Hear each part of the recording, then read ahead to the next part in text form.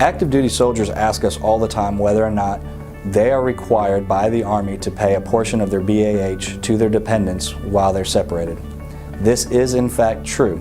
There is a specific Army regulation, numbered 608, that requires you to pay financial support to your dependents in the event that the two of you are separated.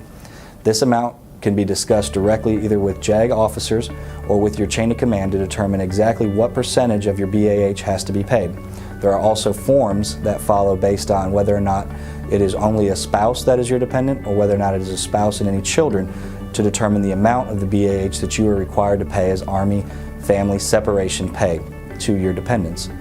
Also, AR 608 is not required if your dependents are currently residing in on-base housing. Essentially, what the Army is requiring you to do is to provide enough support to your spouse and children for shelter and housing. Now, any other additional payments that you may have to make are not a requirement of the United States Army, but may become a requirement of a court's order here in Georgia. And as always, even a temporary order by a state court judge will supersede Army Regulation 608.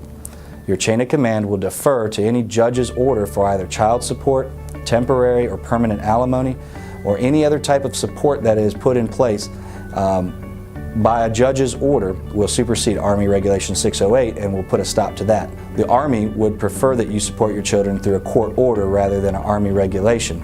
And so as soon as a court order is put in place, Army Regulation 608 will no longer be in effect.